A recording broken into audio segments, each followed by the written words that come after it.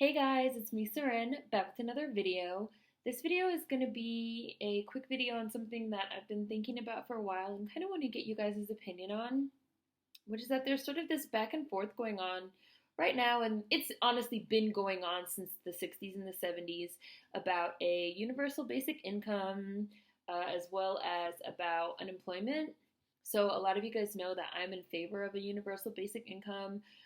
The idea of a universal basic income does go back to the late 60s and early 70s, where our current sort of idea of a universal basic income or people getting paid a certain amount by the government every month, it sort of grew out of a lot of the ideas that came from welfare reform in the late 60s and early 70s, a lot of which was spearheaded by Johnnie Tillmon, who was a welfare rights activist and later became a proponent for pay for all, which I did do a hidden figures on Johnnie Tillmon, so I will include links to that video and other information as always in the description box. But a lot of our current ideas about a universal basic income grew out of a lot of Johnnie Tillmon's ideas about welfare reform.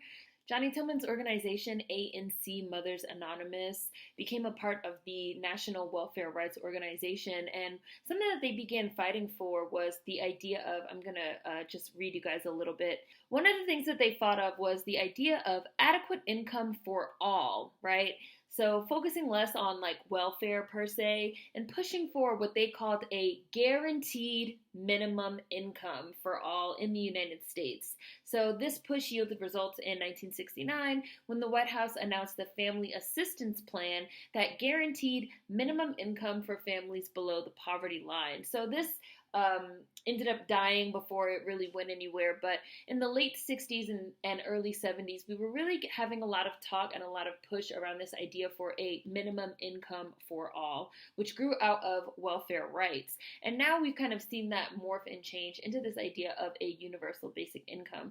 A lot of people have first heard of this because the former presidential candidate Andrew Yang had this as a huge part of his platform, that he was going to have a universal basic income that promised every American citizen of a certain age $1,000 more or less. I know that's not like the full extent of it, but that was what introduced this idea to a lot of people. But like, let it be known that like Johnnie Tillmon, Black woman, laid some of the major foundations for a lot of these ideas of a guaranteed minimum income for all that's supplied by the United States government.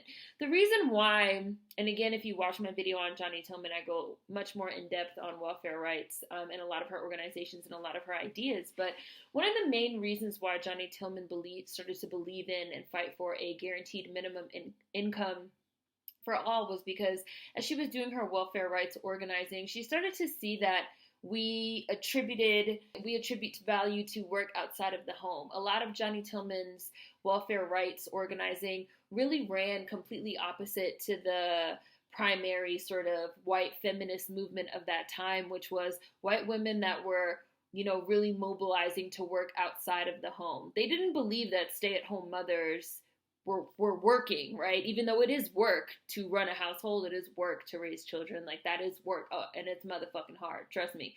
Like, that is work, but they didn't believe that domestics, right? Because now we're getting into things that Black Americans and especially Black American women have historically done. So, maids, house cleaners, laundry, like laundresses, which Madam C.J. Walker was originally a laundress, washing people's clothes, nannies, raising people's children, people that work inside of the home and do domestic labor. White women were like, no, you don't need to get paid for that. Like, you don't need to get a living wage for that. And so they really were against Johnnie Tillmon saying everyone should be able to get a livable, minimum income. Every United States citizen, whether you're working in the home, whether you're working outside of the home, everyone should be guaranteed a minimum income to live as a United States citizen, especially considering a lot of you guys have heard me talk about this before, how I hate this concept of living expenses, right? You have an expense to live. You have to pay for food, you have to pay for housing, you have to pay for all these things, and yet we are not guaranteed an income, and yet you need these expenses to live. So part of one of the major factors of a universal basic income is the idea that, income is a human right almost, like since things cost money, since we live in a capitalist society, income should almost be considered a human right. You with me? And we see repeatedly, trillion-dollar corporations getting bailed out. People are starting to really question, why can't some of that money go towards the ordinary citizen? And of course, as the pandemic has gone on, we've seen several trillion-dollar, bills signed into law, including the package that allowed many people, I'm not going to say everyone because I know everyone hasn't received one, but many people to receive a stimulus check. Sorry, I just got an email. That allowed many people to receive a stimulus check, and also that has boosted unemployment by an extra $600. Right now, it's until July, but I know that they're trying to get a new bill through the Senate that would extend it until at least December, and possibly even, what's the word I want? Indefinitely. That will extend it until December and possibly even indefinitely. Now, this has triggered a wave of pushback from people that are saying, and this has long been the argument, going back to the 60s and 70s, against a universal basic income, or against expanded unemployment, against expanded welfare. The argument has been, giving people free money, quote unquote, giving people free money takes away the incentive to work. And the reason why a lot of people are talking about this, especially right now, is because with the extra $600 on unemployment, a lot of people, I believe I read that it was 40% of people are going to find themselves making more money on unemployment than they did when they were working. And so now you have this pushback of people saying, well, if you keep this extra $600 going, people are not going to have incentive to go back to work, even as the states start to slowly reopen. People are going to want to continue to stay home because they're going to make more money. We need to incentivize people to go back to work, to make more money, to jumpstart our economy. To me, I feel like the fact that people would rather stay home because they're making more money at home from unemployment than at work means that there's something wrong with work. Not that there's something wrong with unemployment. There's something wrong with work. Wages are stagnant. Our minimum wage there's not like a standard across the country. There are many places where the minimum wage has not been raised in years, decades. People are living way below the poverty line because they are not being paid a living wage. Wages are not competitive. If an extra $600 on somebody's unemployment makes them say, fuck work, I'm not going back to work, I feel like that means that work is not competitive. The wages are not competitive. Instead of saying, well, let's take away unemployment so that those poor people have to go back to work for, $8 an hour and fucking starve rather than stay home and get unemployment. Instead of taking away unemployment, why is the perspective not, let's make wages more competitive? Let's raise wages. Let's raise benefits. Let's make it more enticing for people to go back to work instead of, let's cut everything off so that people get so poor they have to go back to work for scraps. I saw a tweet that I'm going to read you that basically said, people are exploiting poverty. I'm going to read you guys some stuff. If $600 a week is enough to make someone refuse to work for you, you are not a job creator. You're a poverty exploiter. And I was like, this is the correct perspective. This is exactly how I feel. If $600 extra in unemployment keeps people from going back to work, wages are not competitive enough. Employers don't want to raise wages. They exploit poverty to get people to work slave wages for them. Then they are shocked when folks don't want to come back because unemployment pays them more. This exposes that employees weren't happy to begin with. Americans have lost jobs by the millions as the coronavirus pandemic continues to bludgeon the U.S. economy. However, many jobless workers stand to reap a financial benefit from their layoffs. Some could more than double their prior salaries. The distortion results from the $2.2 trillion economic relief bill enacted in March, which boosted jobless benefits to a level unseen since the unemployment insurance program was created in the 1930s. Around 40% of all workers could theoretically earn more while unemployed than going back to work. Critics say the policy serves as a disincentive to return to work as states start reopening their economies, in turn limiting the country's economic rebound. This is a post that I saw on Instagram, and I left 2 comments. I put, raise minimum wage, pay a living wage. If you paid people a living wage, they wouldn't be losing their minds over an extra $600 if you were already paying them enough to live off of, right? Why is that not the perspective? Why is the perspective, let's take the extra money away so that they can be poor and starving again and have to come back and work for us while we crack the whip on their back? Capitalism. And then somebody else said, this is why free money won't work. Free money. I hate when people say that, free money. This is why free money won't work. UBI, Universal Basic Income, is a terrible idea and will destroy long-term productivity and ingenuity. And I replied to that person, this was still on Instagram, I said, so people have to starve to be productive and ingenious. If you're against UBI, you should be in favor of raising minimum wage and establish living wages so there's no need for a universal basic income. The reason why people are fighting so hard for a universal basic income is because they're fucking poor. Like, they're poor. So people are really trying to make the argument that you have to be poor and starving in order to be creative and ingenious, which I also think goes back to this, like, American exceptionalism idea of, like, you know, manifest destiny, pull yourself up by your bootstraps. You have to be poor and starving to get somewhere in the world. I just don't understand, like, why people are so opposed to paying a living wage. Well, I do know why. Because capitalism says pay the worker as little as possible so you can line your own, you know, pockets as the, you know, the upper class, the boss class, the management class. So it's like, but people really believe that motherfuckers should be happy working for scraps. They really genuinely believe that people should be happy working for scraps. And when they do get some money from the government, they shouldn't get it. They should just be poor, so they should be happy to go back and work for scraps. You get what I'm saying? It's such a disgusting mindset. I really feel like this pandemic should demonstrate to people how our society is not sustainable.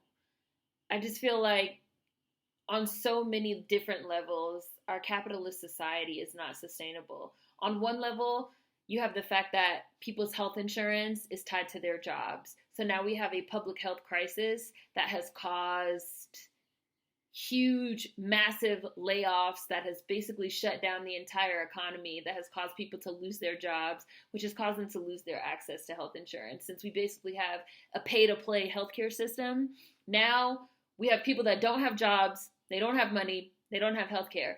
That in and of itself should be an example of why healthcare should not be tied to employment. Healthcare should be a human right.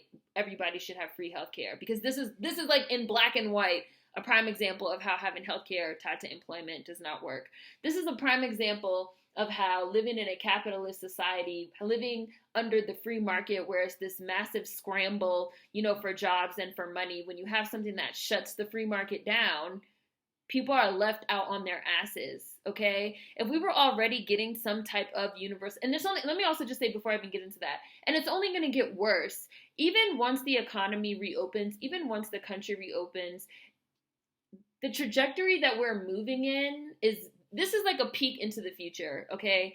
The jobs are only going to get less and less. All this in-person jobs, you know, people that check out, you know, checkout counters are already becoming self-checkout. And now there's going to be even more of a jumping into self-checkout, remote, work from home, you know, to try to limit contact, which we can totally get into that even in another video. How is that going to affect us over the long run, limiting contact? But we've already clearly, as we all know, have been trending towards more remote, more mobile, you know, more things online, all these things, which has been cutting out huge sectors of jobs from the population, and it will only continue.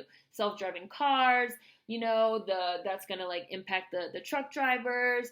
I've been watching I watched a documentary that was like on jobs being impacted just by technology and by artificial intelligence and all these things, you know, like paralegals. A fucking computer program can like look up cases in like a blink of an eye, like a third of a second. Meanwhile, you have a person that has to like go through books and do all these things.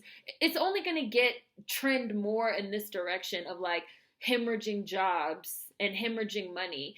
And the free market and capitalism, which I've said before, operates under an idea of endless everything, endless wealth, endless jobs, endless resources. We've already seen that there are no endless resources, that we're killing the planet, that we're using the fossil fuels, that we're going to have to, you know, we can't just keep cutting down trees, building factories, mining into the ground, fracking, releasing chemicals into the air and the soil and the water. We can't do that. We do not have endless resources. We do not have an endless supply of everything on this planet. That's like one tenet of capitalism that's done. It's out. Like, The way that they did things during the Industrial Revolution of the 20th century, we know that we cannot do things that way anymore, okay?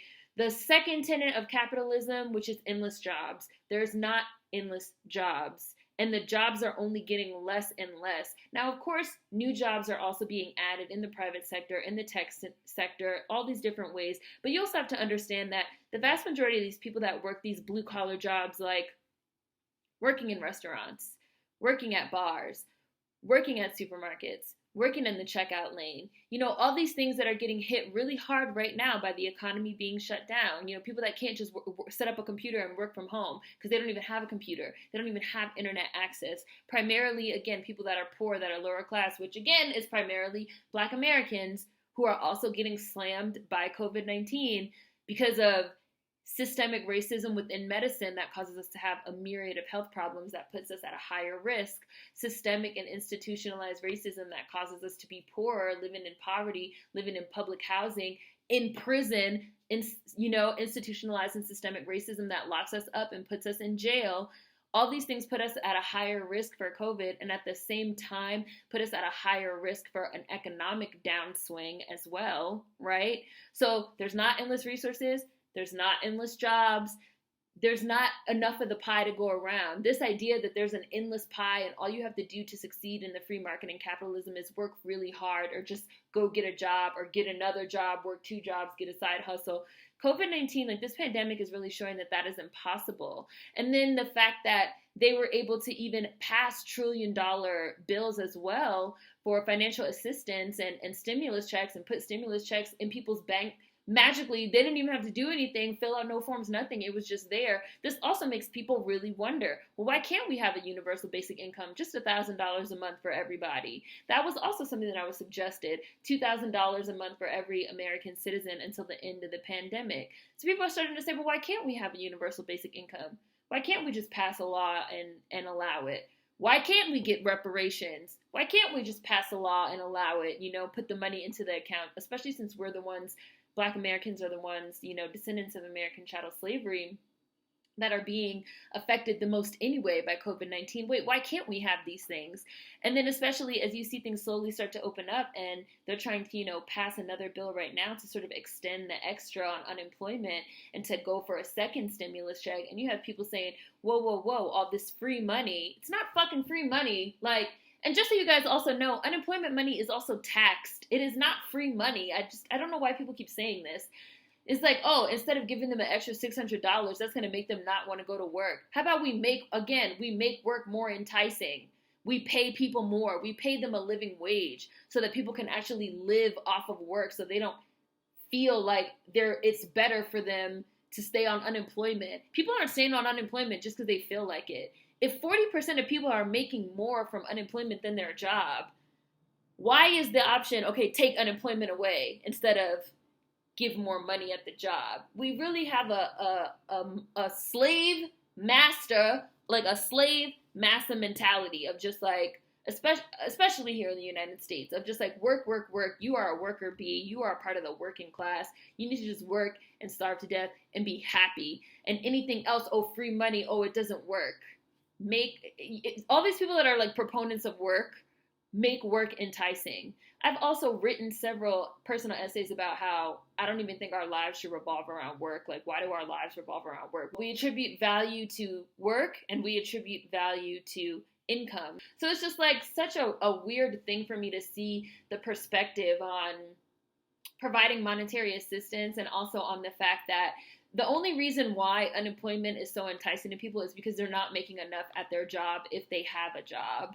And that the jobs are rapidly dwindling because capitalism is not sustainable, and that the vast majority of Black Americans being hit by this are being hit for systemic racism and racist reasons. And it's not just that, and this is even going back to the idea of, welfare queens and going back to Johnnie Tillmon and this idea that every American citizen should receive a minimum income, since we have living expenses that we have to pay for: healthcare, childcare, food, water, housing, which we're in a housing crisis right now, which I'm also going to do a video on Airbnb because those motherfuckers are getting their comeuppance real hard, which I'm extremely happy about. But we just have all of our priorities totally upside down and out of whack. And I really feel like COVID-19 is just like exposing our society, that our society is a sham.